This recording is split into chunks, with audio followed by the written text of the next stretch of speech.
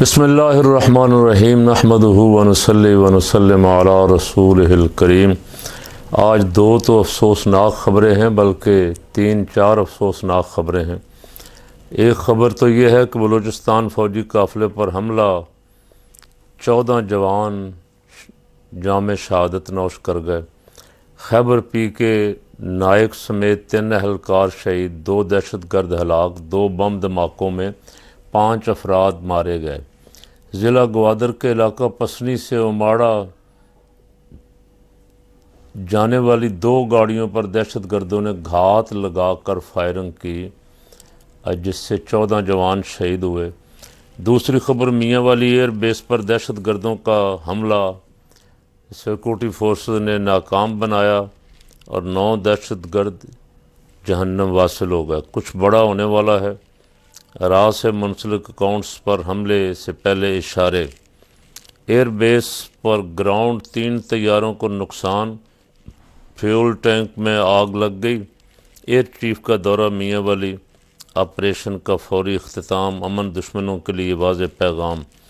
یہ اکثر ایسا ہوتا ہے کہ جب بھی کبھی پاکستان اور انڈیا میں کچھ معاملات، خاص کر کے انڈیا کا الیکشن قریب آتا ہے یا مودی کسی مشکل میں پھنستا ہے، تو وہ دہشت گرد حملہ کرواتا ہے پاکستان کے فوجیوں پہ، پاکستان کے ایئر بیسوں پہ، پاکستان کے فوجی اڈوں پہ، تاکہ عوام کی واہ واہ حاصل کر سکے، انڈین کہیں کہ یہ بڑا دلیر آدمی ہے، یہ پاکستان کو اس نے آگے لگایا ہوا ہے۔ اور بدقسمتی یہ ہے کہ وہ آنے والے کوئی نہ کوئی سہولت کار بھی ان کے یہاں ہی ہوتے ہیں، جو ان کو راہ دیتے ہیں، جو ان کو سہولت کاری کرتے ہیں۔ لیکن اللہ کا لاکھ لاکھ شکر ہے، الحمدللہ، افواج پاکستان کے جوان سیسا پلائی ہی دیوار بن کے ایسے دہشت گرد حملوں کو نہ صرف ناکام بناتے ہیں، بلکہ اکثر دہشت گردوں کو واصل جہنم بھی کرتے ہیں۔ اب بلوچستان کے فوجی قافلے پر جو حملہ ہوا، اس میں 14 جوان شہید ہوئے ہیں۔ اللہ رب العالمین اپنے حبیب صلی اللہ علیہ وسلم کا صدقہ انہیں غریق رحمت فرمائے اور ان کے درجات بلند فرمائے، اور ان کی قربانیوں سے اس ملک کو تا قیامت سلامت رکھے۔ میاں والی ایئر بیس پر دہشت گردوں کا حملہ ناکام بنانے والے مجاہدوں کو، سیکورٹی فورسز کے افراد کو سلام۔ اللہ ان کو اور حوصلے اور استقامت اور ہمت نصیب فرمائے۔ پاکستان کا دفاع کرنے والوں کے لیے، پاکستان کی حفاظت کرنے والوں کے لیے ہماری ہر وقت دعا ہے کہ اللہ پاک ان کی حفاظت فرمائے، اس ملک کو صبح قیامت تک سلامت رکھے۔ تیسری خبر، صاحبزادہ حامد رضا صاحب کے کافی دنوں سے پولیس پیچھے لگی ہوئی ہے اور ابھی ان تک تو نہیں پہنچ سکی، لیکن آج بری خبر یہ ہے کہ ان کی کسی ہمشیرہ کو گرفتار کیا ہے اور اس پہ 9 مئی کا کیس ڈال دیا ہے۔ اس سے زیادہ اور شرمناک کیا ہوگا کہ صاحبزادہ حامد رضا صاحب کلمہ حق کہہ رہے ہیں، رانا ثناء اللہ اور راجہ ریاض کو چیلنج کر رہے ہیں، اس بات کی ان کو سزا دی جا رہی۔ تو بھئی اگر یہی کچھ کرنا ہے پاکستان میں، تو پھر الیکشن کا جو ڈھونگ رچا رہے ہیں اس کا کیا فائدہ ہوگا؟ آپ اپنے مخالفین کو نامزد کر کر کے پکڑوا رہے ہیں، جیلوں میں بند کروا رہے ہیں، اور میں نے پاکستان میں ایسا نہیں دیکھا تھا اپنی زندگی میں کہ اگر کسی فرد کو پکڑنا ہے، کسی لیڈر کو پکڑنا ہے اور وہ اس تک پولیس نہ پہنچ سکے تو اس کے گھر والوں کو گرفتار کر لے، ماؤں بہنوں بیٹیوں کو گرفتار کر لے۔ یہ اس امپورٹڈ حکومت میں سے شروع ہوا اور نگران حکومت نے بدقسمتی سے اسے جاری رکھا ہوا ہے۔ ان کو اپنے چال چلن پہ غور کرنا چاہیے۔ یہ اقتدار سدا نہیں ہے، کل انہوں نے باہر آنا ہے، اقتدار سے کرسیاں چھوڑنی ہیں اور ان کے لیے تھوڑا سا وقت باقی ہے۔ تو پھر یہ سوچیں کہ کل ہمارے ساتھ بھی اگر یہ سلوک ہوا تو پھر کدھر جائیں گے۔ اس لیے پاکستان کو ایسی راہ پہ نہ ڈالیں کہ جو بھی آئے ایک دوسرے سے انتقام لیتا رہے، ایک دوسرے سے بدلہ لیتا رہے اور پاکستان کی طرف، پاکستان کے عوام کے حقوق کی طرف اور پاکستان کے بے روزگاروں، غریبوں، محتاجوں، بے کسوں، یتیموں کی طرف کوئی توجہ نہ کریں حکومتیں، اور صرف اپنے سیاسی مخالفین کے پیچھے لگی رہیں، یا صرف یہی شوق ہو کہ جو من پسند سیاسی پارٹی ہے ان کو لانا ہے اور باقیوں کو سب کو کھڈے لائن لگانا ہے، یہ روش بھی کسی صورت قابل قبول نہیں۔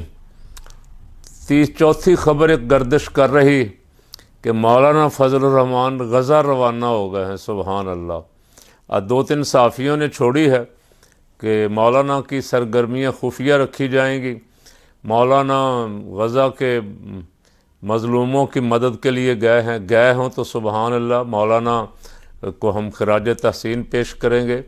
لیکن جو مختلف یہاں آل پارٹیز کانفرنسیں ہوئیں، ان میں فلسطینی سفیر نے یہ کہا کہ غزہ تک مدد پہنچانے کے لیے بھی اسرائیل سے اجازت لینی پڑتی ہے، کیونکہ چاروں طرف سے اسرائیل نے گھیرا ڈالا ہوا ہے۔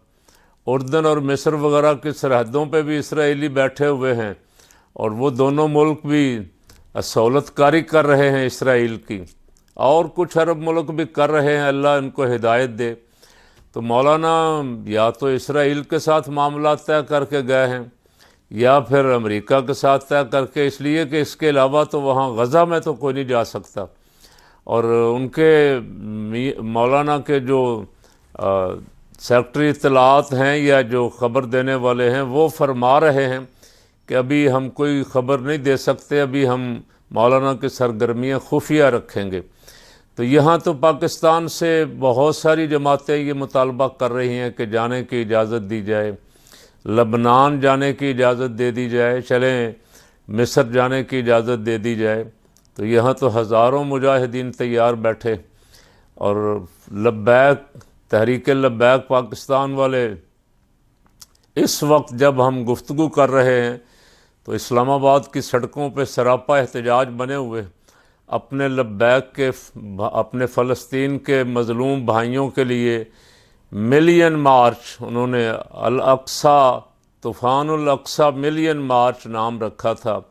لیکن میں نے چھوٹا سا ایک کلپ سنا، حافظ سعد حسین رضوی صاحب کہہ رہے تھے یہ ملین نہیں، یہ ٹریلین مارچ ہو گیا ہے، یعنی بے شمار دنیا جمع ہے۔ مخلوق خدا احتجاج کے لیے لگتا ہے کہ سارا راولپنڈی، سارا اسلام آباد اور قرب و جوار کے تمام اضلاع نکل آئے ہیں، اور اسلام آباد کی سڑکوں میں کئی میل تک انسانوں کا ایک عظیم سمندر ہے۔ یہ جذبہ اللہ سلامت رکھے، اور ان مجاہدوں کو، جو مجاہد لڑ رہے ہیں، ان مجاہدوں کا یہ حوصلہ، یہ جذبہ، یہ اخلاقی حمایت پہنچ جائے کہ ہم اکیلے نہیں ہیں، تنہا نہیں ہیں۔ اگر حکومتیں ہماری مدد نہیں کر رہی تو نہ صحیح، دنیا بھر کے مسلمان عوام اور انصاف پسند عوام دیگر مذاہب کے بھی فلسطینی مظلوموں کے ساتھ کھڑے ہیں۔ انشاءاللہ میرے رب کو منظور ہوا تو یہ جو حق کے لیے لڑ رہے ہیں، اپنی زمین کے لیے لڑ رہے ہیں، اپنی آزادی کے لیے لڑ رہے ہیں، مسجد اقصی اور بیت المقدس کے لیے جہاد کر رہے ہیں، یہی انشاءاللہ کامیاب ہوں گے۔ اسرائیل کی چیخیں دنیا کو سنائی دینا شروع ہو گئی ہیں، اسرائیل کے ٹینک بھی تباہ ہوئے ہیں، اسرائیل کے بہت سارے فوجی مارے گئے ہیں، اسرائیل کا بھی بڑا نقصان ہے، لیکن میڈیا کو دکھانے کی اجازت نہیں۔ اور پاکستانی میڈیا کی بے شرمی یہ ہے کہ آج اتنا بڑا اجتماع تحریک لبیک پاکستان کا جو میلوں میں پھیلا ہوا ہے، سوشل میڈیا پہ وائرل ہیں اس کی تصویریں، ویڈیوز، لیکن ہمارا الیکٹرانک میڈیا جو ہے وہ بے شرم ہو گیا ہے۔ وہ میاں نواز شریف کو، میاں شہباز شریف کو استنجا کرتے ہوئے بھی دکھائے گا، لیٹرین جاتے ہوئے بھی دکھائے گا، اور میاں صاحب اتر رہے ہیں، جہاز سے چڑھ رہے ہیں، مری آ گئے ہیں، نتھیا گلی آ گئے ہیں، واپس ہو گئے ہیں۔ لیکن مجاہدین کی حمایت میں اتنے بڑے مارچ کو ہمارا میڈیا جو ہے اس کے پاس دکھانے کے لیے نہ اپنے چینلوں پہ وقت ہے، نہ گنجائش ہے، یا پتہ نہیں نہ ان کو اجازت ہے۔